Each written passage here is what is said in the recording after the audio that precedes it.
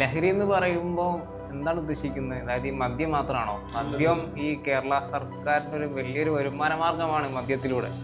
അപ്പം അതൊരു ലഹരിയായിട്ട് കാണുന്നുണ്ടോ? അതോ മറ്റുള്ള MDMA അതുപോലെ സിന്തറ്റിക്സ്, ഹൈബ്രിഡ് കഞ്ചാവ് അതാണോ നിങ്ങളൊരു ലഹരിയായിട്ട് കാണുന്നത്? അതോ ലൈക്ക് ഈ ഒരു മദ്യം മാത്രമാണോ? ഈ ലഹരിന്റെ തലം മാറിപ്പോയി.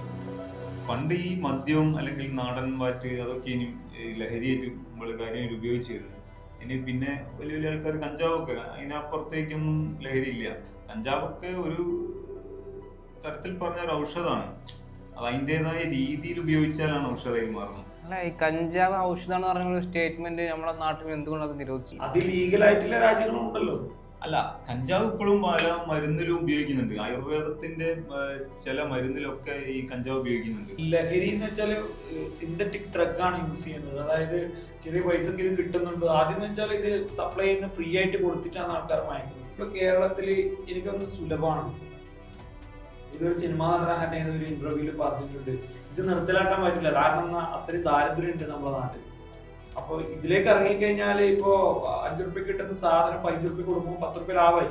ആ ഒരു സിസ്റ്റത്തിലേക്കാണ് നമ്മൾ കടന്നു പോകുന്നത്. ഇതിന്റെ ഒരു അവൈലബിലിറ്റി ഉണ്ട് സമൂഹത്തില്, വ്യാപകമായിട്ടുണ്ട്. അപ്പം അപ്പൊ ആൾക്കാർ എന്തായാലും വാങ്ങിക്കും. അപ്പം അതില്ലാണ്ടാക്കുന്നുള്ളതാണ് ഇതിന്റെ മെയിൻ പ്രോപ്പർ വേ എന്ന് പറഞ്ഞാൽ ഇത് സപ്ലൈ നിർത്തുക. അതായത് സപ്ലൈ എങ്ങനെ പൂട്ടിക്കുക.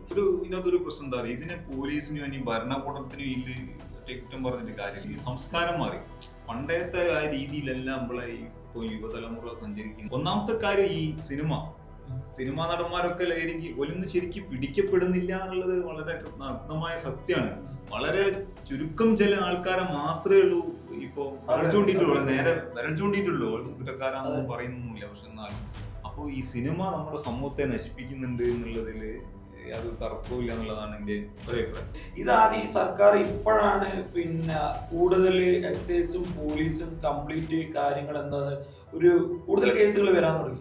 എനിക്ക് തോന്നുന്നത് ഒരു കൊലപാതക കേസ് ഉണ്ടായിരുന്നു തിരുവനന്തപുരത്ത്. അത് പ്രോപ്പറായിട്ട് എന്ന് വെച്ചാൽ ഈ ഒരു കേസ്, അതായത് സിന്തറ്റിക് ഡ്രഗ് യൂസ് ചെയ്തിട്ടാണ് അത് കൂടുതൽ ആൾക്കാരെ കൊന്നത്, ഒരു പയ്യൻ കൊന്നത്. അപ്പൊ അതിനുശേഷമാണ് ഈ ഗവൺമെന്റിൽ തന്നെ ഒരു ബോധം വരുന്നത്.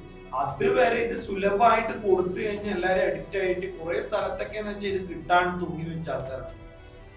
അങ്ങനെ ഇഷ്യൂസ് ആക്കിയത് ഭരണപക്ഷ എന്ന് പറയാം, ഗവൺമെന്റിനെയും കൂടി അതിന് ഇൻക്ലൂഡ് ചെയ്യാനുള്ള ഒരു എന്താ പറയാ ഉത്തരവാദിത്വം ഉണ്ട്. ശരിക്കും ഇങ്ങനെ ഒരു കേരളം ഇങ്ങനെ ഒരു ട്രാക്കിലേക്ക് പോകാനുള്ള ഒരു കാരണം